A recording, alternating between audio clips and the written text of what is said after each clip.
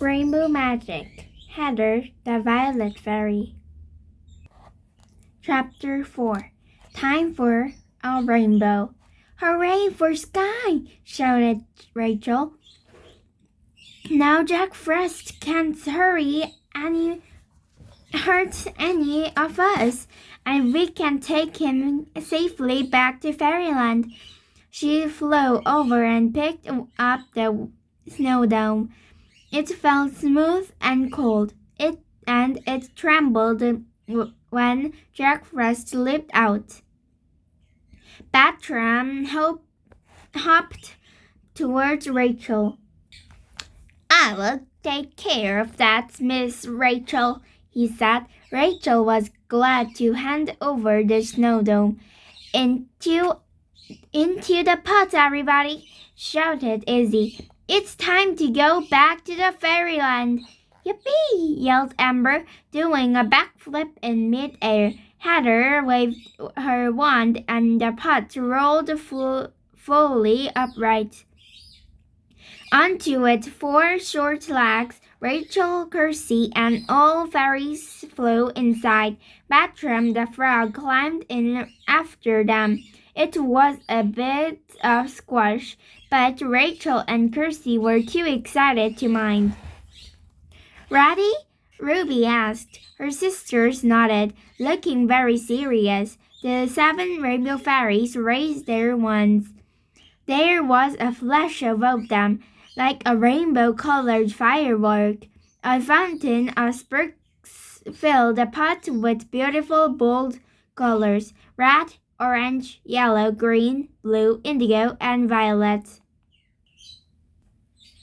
And then the brightest rainbow Rachel and Kirsty had ever seen soared upwards into the clear blue sky. With a whoosh, Bertram and the fairy shot out of the pot, carried on the rainbow like a giant wave. Rachel and Kirsty felt themselves dreaming up the rainbow too. Flowers, stars, leaves, tiny butterflies, ink drops, and bubbles made of fairy dust fizzed and popped around them.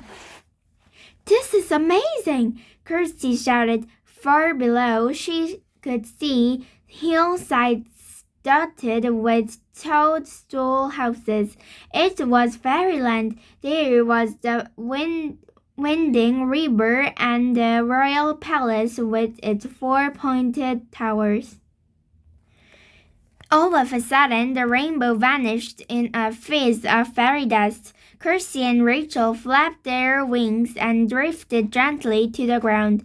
Rachel looked around, expecting to see all the colors coming back to fairyland, but the hills and the toadstool houses were still gray. "Why hasn't the color returned?"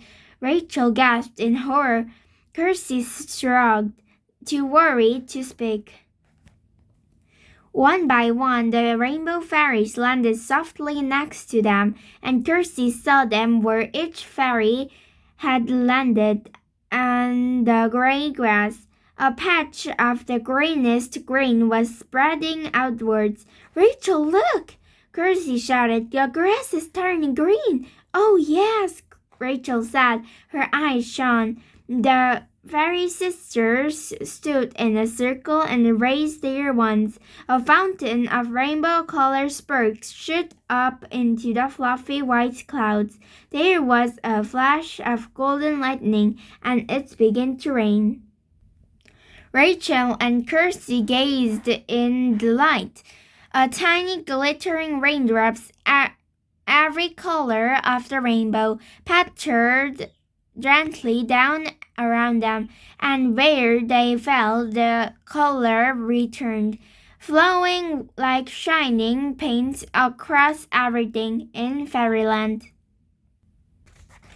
The toadstool houses gleamed red and white. Brightly colored flowers dotted the green hillside with orange, yellow, and purple.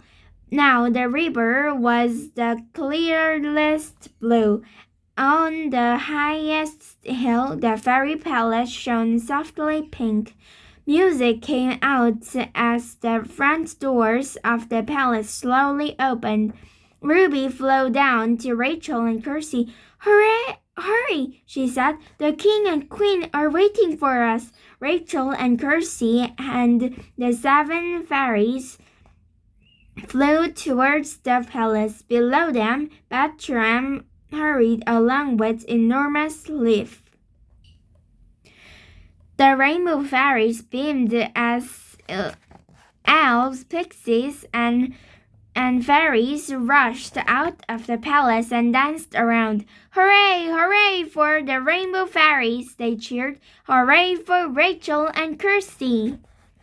Tatiana and Oberon came out of the palace. The queen wore a silver dress and a sparkling diamond crown. The king's coat and crown were made of gold. Welcome back, dear rainbow fairies. We have missed you, said Tatiana, holding out her arms. Thank you a 1,000 times, Rachel and Kirsty. Bertram gave a deep bow. This is for you, your majesty, he said, giving the snow dome to Oberon. Thank you, Bertram, said Oberon. He held the snow dome in both hands and looking into it. Now, Jack Frost, he said sternly, if I let you out, will you promise to stay in your ice castle and not harm the rainbow fairies again? Jack Frost squirreled and didn't answer. Remember that winter still belongs to you, Tatiana reminded him. Inside the snow dome, Jack Frost stroked his sharp chin. Very well, he said, but on one condition. And what is that? Asked Oberon. Kirsty looked at Rachel suddenly, feeling worried. What was he going to ask her?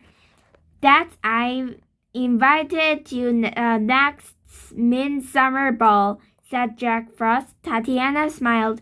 You will be very welcomed, she said kindly. Oberon tapped the snow dome and it cracked in half.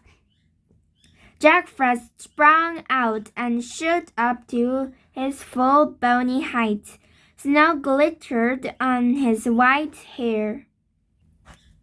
He snapped his fingers and a sledge made of ice appeared next to him. Hopping onto it, he zoomed up into the sky. All the fairies waved.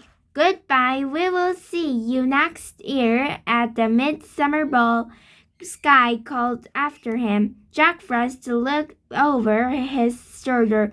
A smile flickered across his sharp face, then he was gone.